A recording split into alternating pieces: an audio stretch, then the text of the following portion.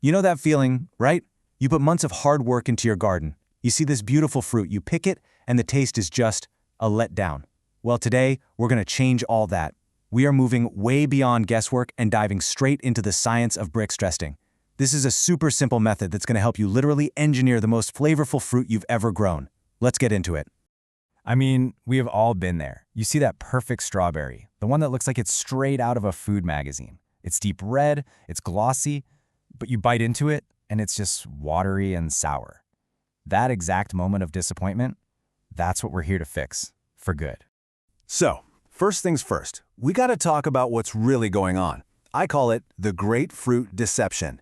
It's time to finally put an end to that frustrating guessing game we all play at harvest time. Now here's a wild thought for you. A fruit's beautiful color? It isn't really for us. It's what you could call a biological lie. It's a clever trick the plant uses to get birds and animals to come eat the fruit and spread its seeds. So that gorgeous red color doesn't always mean you're going to get fantastic flavor. So, if we can't trust what we see, what can we trust? Well, this is where Brix testing comes in. Think of it like a God's eye view of the plant's actual health. It gives you a single, simple number that tells you if that plant got everything it needed to create truly amazing fruit. It's like the ultimate truth detector for flavor. All right, let's pull back the curtain and look at the science of sweetness. We're going to break down what these numbers actually mean, and I promise you it is way simpler than it sounds. Okay, so at the very heart of this is something called the degree Brix. All it means is this: 1 degree Brix is just 1 gram of sugar in 100 grams of juice. Simple, right? And yeah, the test technically measures all the soluble stuff, minerals, amino acids, all that goodness. But in fruit, about 80 to 90% of that reading is just pure, delicious sugar. Which, brings up a pretty good question. How on earth can a simple little handheld tool measure something on a molecular level? It sounds like something out of science fiction. Well, the answer is actually really elegant. It all comes down to the basic physics of how light bends. It's a principle called refraction. It really works in 3 dead simple steps. First, light passes from the air into a drop of your fruit juice. Second, the sugar in that juice makes it dense, so it bends the light. The more sugar, the more it bends. And finally, the little tool just measures that angle and shows it to you as a Brix number. It's a brilliantly simple piece of physics in the palm of your hand. And the best part is you don't need a PhD or a high-tech lab to do any of this. Let's take a look at the simple and pretty affordable tools that'll get you started. So you really have 2 main choices here for your refractometer. On one side, you've got the analog version. It's cheap, it's tough, and it needs no batteries. You just hold it up to the light. The only tiny downside is you have to read the line yourself.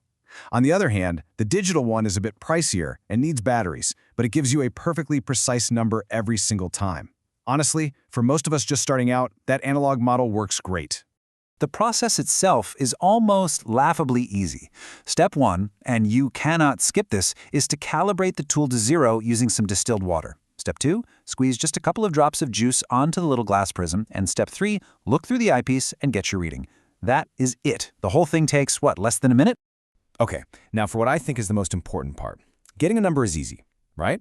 But the real power comes from knowing what that number actually means. This is where we decode the data and turn it into real, usable knowledge. See, a Brix number, all by itself, is totally meaningless. You need some context. And this chart, right here, is your secret decoder ring. You can see the quality scale for different fruits, from poor all the way up to excellent.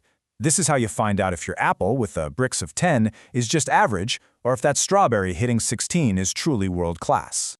Let's just use apples as an example to make it really clear. A poor apple might score a 6. That average apple from the supermarket, it's probably around a 10. But an excellent one, that's way up at 18. And trust me, that's not just a little bit sweeter. It's a whole other universe of flavor. We're talking 3 times the amount of those flavor-packed solids from a poor one to an excellent one. And here's the real key. When you hit that excellent level, it's not just about more sugar. It's about achieving a complex, vibrant, almost sparkling flavor. It also means the fruit is packed with more minerals and will have a much longer shelf life. But wait, there's more. A high Brix score unlocks benefits that go way beyond just taste. It's really a window into the plant's total health, revealing some secrets that are about a lot more than just sweetness. Believe it or not, there's a whole high Brix movement in farming, and they point to 3 major benefits. First, they say high Brix plants are naturally more resistant to pests because the complex sugars are harder for bugs to digest. Second, a high score almost always means higher nutrient density. And third, for all you home brewers and winemakers, Brix is literally the fuel for fermentation. And speaking of that, check this out. For every single degree of Brix in your starting juice, you can expect to get about 0.5% of alcohol after fermentation. This is exactly how winemakers can predict how strong their wine is going to be before they even start. So what if you test your harvest and your score is just average? How do you get from average to excellent? Well, this is where we shift from just measuring to actually managing. This is where you become an engineer of flavor. You have 4 main levers you can pull to really crank up your Brix score. First is mineral balance. Make sure your plants have enough potassium and boron. Think of potassium as the sugar pump. Second, water. Strategically back off on the watering a week or 2 before harvest to concentrate those sugars. Third, sunlight. Prune your plants so every single fruit is getting hit with direct sun. And fourth, microbial life. You gotta foster a healthy, living soil.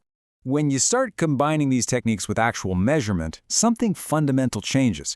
You stop being a passive observer who's just hoping for a good harvest, and you become a precision engineer of flavor.